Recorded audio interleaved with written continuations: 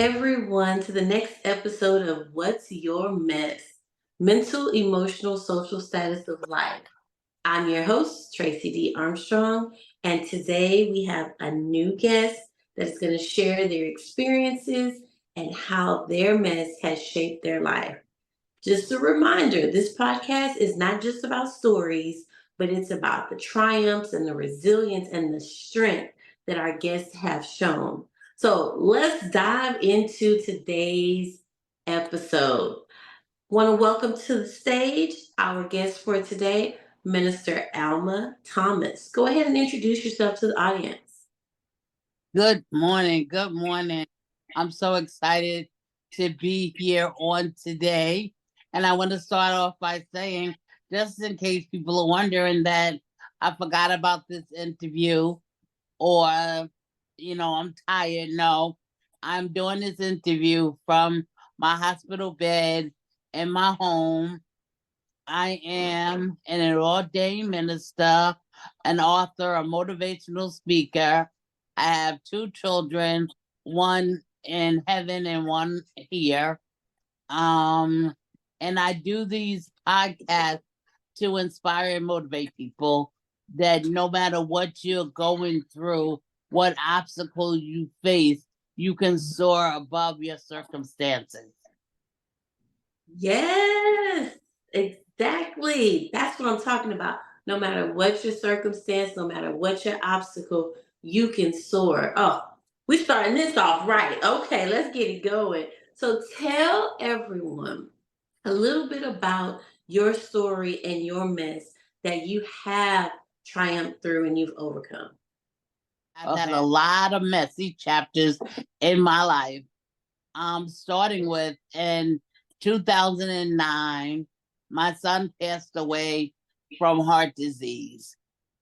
And he died on February 13th, 2009. And on April 17th, 2009, I wanted to unalive myself because that was his first birthday in heaven. And I was thinking, I wonder, are the angels singing happy birthday to him? I wonder if my grandma baked him one of those cakes that she used to bake. And I said, you know what? I celebrated every birthday with him since he was born, that nobody can celebrate his birthday like his mom. So I was gonna unalive myself. Not that I wanted to be unalive, but I wanted to be with my son. And if you know, in the African American community and church, mental health is taboo. They tell you if you love God, you get in the prayer line every Sunday. And I was getting in the prayer line every Sunday, and I love God. And I was going in a mess and leaving out an oily mess, just full of oil, but my problems was still there. And I remember the Sunday after April 17th, because when I was getting ready to take those pills, I know that God is real, because a voice said to me, if you do it, you'll never see him again. And it was nobody in the house but me and God.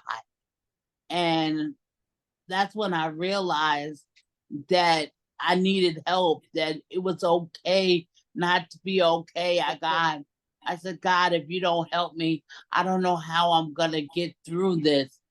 And on Monday morning, I went to EAP and they talked me through the stages of grief. And I knew the stages of grief because I majored in psychology.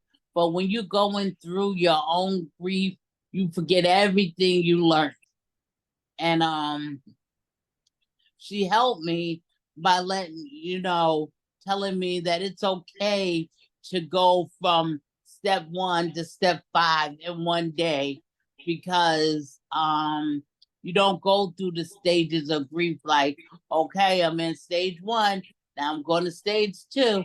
No, you fluctuate between anger, bargaining, acceptance, until you finally get to the stage of acceptance. And then I turned my pain into my passion by I started a scholarship in my son's honor that I gave out to date 17 scholarships to African American males of single parents, and that they could use that money for books or whatever they wanted to use it for, as long as they was accepted into some kind of program after high school. And then my apartment complex caught on fire. Not my apartment, but the complex. And they all the apartments were water damaged, and they condemned them. So I found myself homeless and going through the social service system after working all of my life, still working, but found myself needing a place. And it was so humiliating and embarrassing to go and sit down there from morning till night till they finally placed me somewhere. And when they finally placed me somewhere, And so, wait a minute, you're saying now you're homeless, the fire, the water damage, and you're having to go and stay and ask to stay with your mom? Is that what we're saying here? yes. And Okay. because they condemned the whole the whole row of apartments. And then I got married, made a permanent decision while I was in a temporary space, and I found out he was addicted to crack after we got married, and he wouldn't admit that he had a problem. So I got a divorce, and then life is going on good for a couple of years, and then it's April 2021. I have a massive stroke, and I can't use my right side. And I stayed in a rehab for 2 years. I just been home for a little over a year, and the rehab was terrible.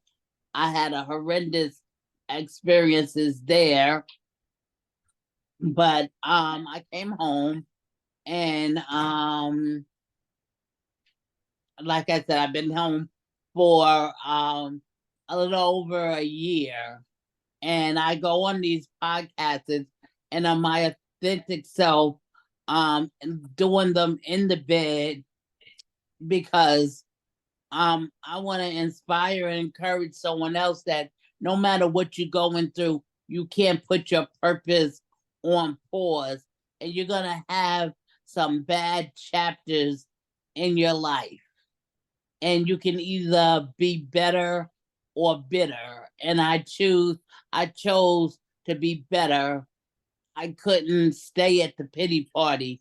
I had to excuse myself and say, okay, they said that I had a 99% chance of dying, that they called my family to my bedside and told them if they ever wanted to see me alive again, they had to come. So, in order, and I didn't, they said I was only breathing at 10%, but I didn't even feel like I was struggling to breathe because I believe God had me on his ventilator and he was breathing the breath of life into me. And so I said, how can many people who had a stroke as bad as I did, their cognitive skills and their language skills are affected? My language skills was only affected for about a month. My cognitive skills were never affected. So how can I lay in this bed and say my life is over when I still have my voice and I can still talk and I can still encourage people? I can still talk to people who have lost children, who have lost relationships, who have lost jobs, who have lost limbs, and tell them that it might look dim sometime. It might look like it's over, but there's a light at the end of the tunnel if you just stay positive and focus on the things that you can do. Embrace those things. Don't embrace the things and spend your life thinking, "Oh, I can't walk anymore. I can't write anymore. I'm still chasing my dreams." Like I wrote 2 books. before I had the stroke and after I had the stroke. Is it a little harder? Yes, it's a little harder because one of my challenges is that my right hand doesn't work. And that's the hand that I write with. So you know what I do? I get my phone and I peck until my book is written, and I send it to the editor, and the editor edits it. So I haven't given up on my dream. I just find ways around my challenges. Yes, find ways around your challenges. Now, you just unpacked a lot right there. Like, I'm listening and I'm like, "Ooh, okay, where do I even want to dive in here?" But I do want to go back and I do want to ask you about like the loss of your son. How I wanted to ask a few questions. How old was your son again when you lost? 18. Oh wow. I was like when you were saying, like a mother can't do a birthday, like, I'm feeling you. I'm like, yeah, we feel like we can do birthdays, right? Nobody can do a birthday like us. Now, Mhm. my question there is after 18 years, how did it affect you mentally? Mentally, I was a mess in the beginning. Um, I couldn't sleep. I couldn't even go back to the house. That he didn't die in the house; he died in the hospital. But the last place I saw him there at, I couldn't even go there because it was such a feeling of heaviness in that house. So my mental in the beginning was greatly affected, and I went back to work because I used to work at Head Start with 3 and 4 year old children. So you can't be sad and crawled up in a fetal position when you working with children. So I was able to during the day forget my problems and concentrate on giving my all to the children because you know they didn't know what was going on and didn't understand what was going on, so I couldn't go in there sad every day. So in the beginning, like I said, before I went to EAP, I was suffering in silence because everybody was saying, oh, you're so strong, I don't know how you buried your child, I wouldn't have been able to do it. And really inside, I was silently suffering. My mental, my thoughts, it was like when we know that to be absent from the body is to be present with the Lord, but you don't want to hear, oh, he's in a better place. Because you're thinking that you go home every night to your child. So why don't you let your child go to the better place and give me my Tyshawn back? And now I accept the fact that even if he could come back to this mean old world, he would want to. But then I didn't want to hear he's in a better place. Then I didn't want to hear about people's 78-year-old grandfathers that had a heart attack and they lived. And I was feeling that's why I went to God and was like, I'm dirty, but I want to be clean because I was having those thoughts. Like while people was talking to me and thinking I was being so strong in my head, I would say, I wish they would shut up. I wish they would get out my face. I wish they would leave me alone and let me teach my class. Stop hugging me because every time you hug me, it brings that wave of emotion back. Don't hug me, don't touch me. And, they're saying, oh, we're so proud of you. You're so strong. And I'm thinking, don't they see that I'm suffering? Don't they see that I'm hurting? But people, it's not that they try to be malicious, they try to make you feel better, but sometimes when you're grieving, you just want someone to listen to you. You don't want them to talk, you don't want them to say anything, you just want them to listen to you and take your lead. ask you questions like, do you, you want to share memories of your son? Do you want to talk today? Different things, but people try to talk to you because they don't know what to do. Right. That's what I was just thinking. Like they're trying to say something because they want to help, but then they don't know really what to say. I mean, but that's a good point because I know there's probably people out there listening. They think the same thing. Like, I don't want to hear that. I'm not. I'm grieving right now. I'm not feeling what you're saying. Please shut up for the moment. Now, with that though, because you talked about mental and you talked about the emotional part, how did that affect you socially then? Because if those are the thoughts that are going through your mind and like not wanting to really go home, I can understand it. He's not there. How did your social and your status of life change before you went and received help?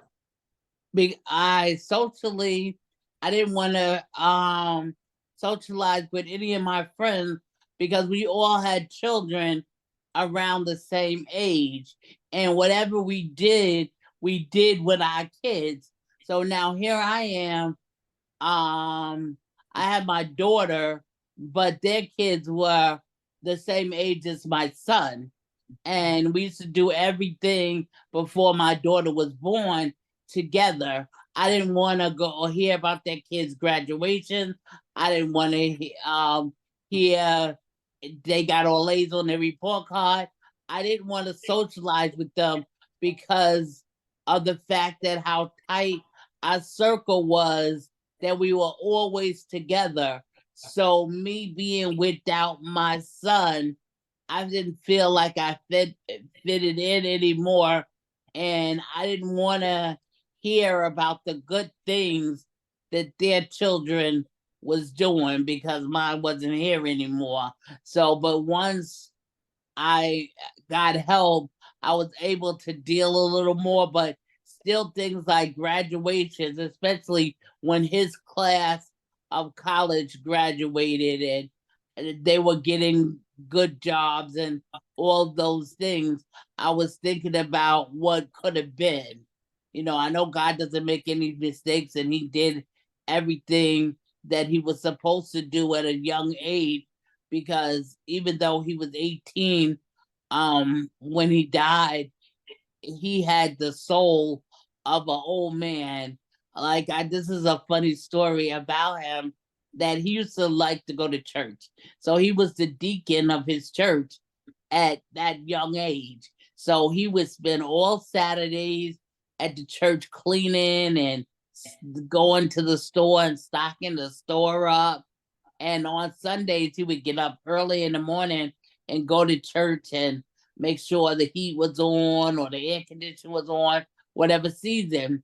So one day he got in trouble in school. He wasn't a troublemaker, but he got in trouble in school because the kids in the class would ask him how to do the math problem. So he would be talking in class, explaining to them what the teacher explained. So the teacher got mad, and he said to him, "Why are you talking in my class?" And my son said, "I'm explaining to him how to do the math problem." He was like, "I'm the teacher." So my son said, "Well, you're not a very good teacher because nobody understands you when you explain the problem." So he kicked him out of there, and he called me, and he was like, in order for him, he was a senior. So he said, in order for him to graduate, he has to apologize to me. So when I came home, I was like, Tyshawn, why did you tell the teacher you can't? So he was a debater, so he would always explain things to me. So I said to him, I said, well, just go and apologize, because he already has his papers. You need your papers. Um, and he was like, nope. I don't care if I don't walk with my class. I'm not apologizing to him because I didn't say anything wrong. I told the truth. He can't teach. And I was like, yeah, but you gotta. So then he was like, nope, nope, not apologizing. So I said to him, I said, well, if you don't apologize to your teacher, you can't go to church on Sunday.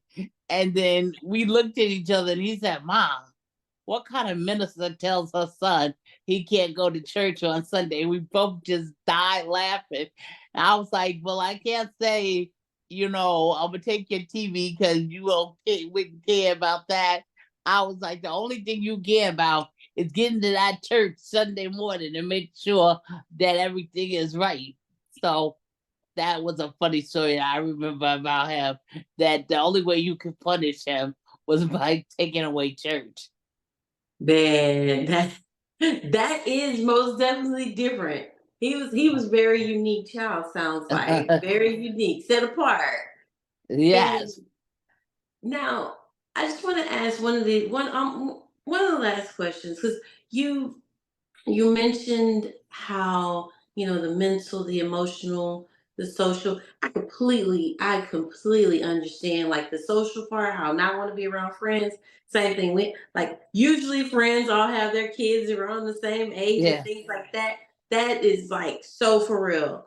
So I'm trying to just make sure I'm understanding the timeline. When he passed away, was this before the fire and then you were living, or was this before? He passed away before the fire. So after all of that, then you still went through all of the other, the fire and Yes. the marriage and the divorce. Yes. Okay. So okay. This is I'm putting it all together. That situation happened. Like you said, people have chapters. And I thought that was a great way of putting it. You can be bitter, you can be better. So you got past that situation. And then another situation came up with the fire. And then you were home. So you had to move in with your mama. And then the marriage. How did you mentally still maintain after going through that? You got help, you got better.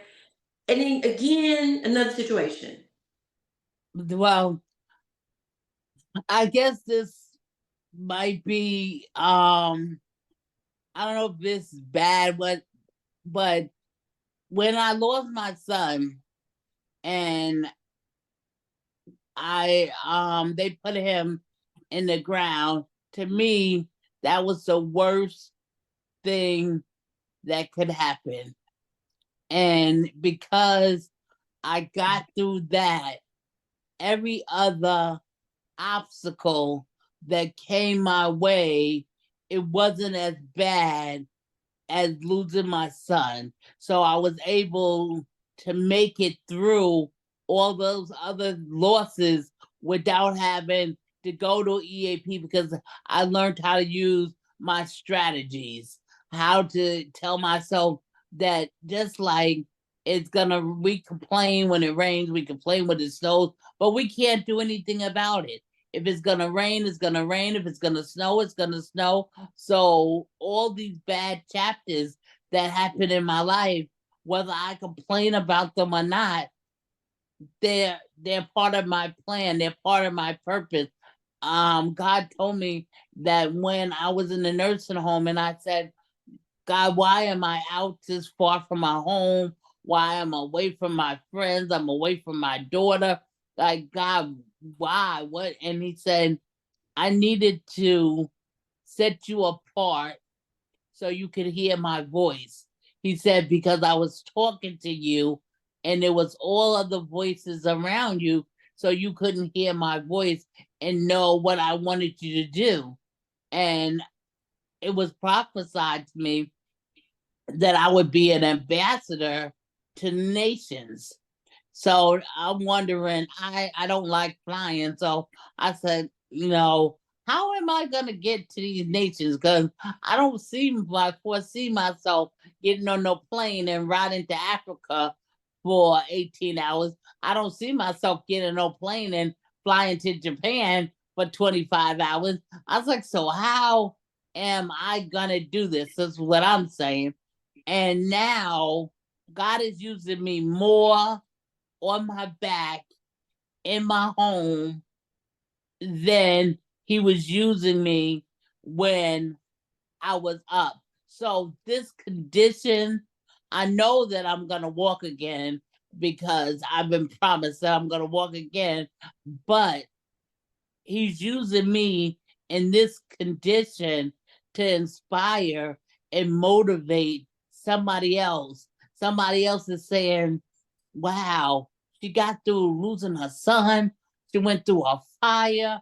She went through a divorce and now a stroke. Like, if that was me, I would be in a mental institution saying I'm a girl, not a boy. And but she made it. I want to know more about this God that is so faithful, that even when you're going through bad chapters, you can still smile and you can still laugh and you can still encourage someone else that they can make it. Don't give up on your dreams. If you have whatever it is that you have purpose in your life to do, whether it's write a book, whether it's go back to school, it's start a business, maybe you tried it once and it didn't work. Try it again. Do it again. And this time it's going to be different. This time you're going to succeed at what you are trying to do as long as you're persistent and determined. I'm determined not to give up. I'm like, have you ever been to the carnival and you see the clown, the one that you throw the ball at real hard, and the clown goes all the way down. And just when you finna claim your giant giraffe, that clown pops back up again. Well, they put something in that clown that makes it bounce back every time you throw a hard ball at it. Every time the enemy throws a hard ball at me, I go all the way down like I'm out and I bounce back again just before the enemy is able to cry victorious. So I don't give up. I don't give up on my dreams. I'm still writing books. I'm still talking on virtual stages. So I want to if I had anything to say to the audience now, I would say, remember when we were kids and we used to play that game, I Dare You? And when you really wanted somebody to do something, you say, I double dog dare you to do it. And then you go do it because they dared you. Well, on today, I am double dog daring people to dream again. Those dreams that they rock to sleep, those dreams you thought you could never have. Dream a little bigger this time. I double dog dare you to dream a little bigger. Ooh, yeah, I'm over here like, man, this is good. Because for real, like, I didn't even have to ask the question because I normally would ask, what would you tell our audience if that was amazing for real. Like, I double dog dare y'all to go and pick those dreams up that you done laid down. I'm ditto everything she just said. But I do want them to know about your books and stuff because you said you have some books, and I want to make sure that we let them know the titles of the books and where they can get your books from so they can support you. Okay. I have two books that are out. From the waiting room to the recovery room and Dream Killers. Um my book, Surviving a Stroke, and the healing journal that goes with that book is with the publisher, and I hope to have it out by this summer. You can reach me on Facebook at Alma Thomas because right now I'm revamping my website so that I can sell all my books myself, because I'm using the proceeds from the book sales for the Tyshawn Thomas Scholarship this year that I'm gonna give out again, and to help me on my road to recovery. Oh, wow. Let me make sure from the waiting room to the recovery room, Hmm. one, and then Dream Killers. Yes. Dream Killers. Ooh, I'm intrigued. I am intrigued. And then you also have the Tyshawn Thomas Scholarship that you will, some of the proceeds, a lot of the proceeds will go towards that scholarship. That is Yes. awesome. That is amazing. And I'm putting it down so I can make sure. So at the end of the video, everyone, if you're watching, I'll have everything listed where you, all of her contacts and the books, titles, and things like that, where you can go and get it. So make sure you stay tuned to the very end so that you can get all of that information. So as we begin to wrap up, first, I just want to thank you. I want to thank you for your time. I want to thank you for your story. And I know your last comment was some amazing words, but I'm just going to ask, do you have any last words for the audience? I would there's a quote that I love that is by Martin Luther King, and it says, if your mind can conceive it and your heart can receive it, then you can achieve it. So remember, anything that you set your mind out to do, you can do it.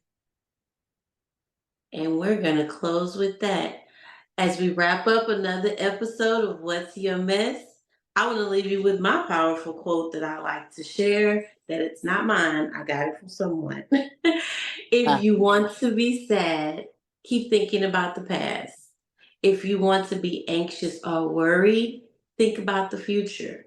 But if you want to be happy, focus on the present day and be grateful for what you have. This is Tracey D. Armstrong with What's Your Mess?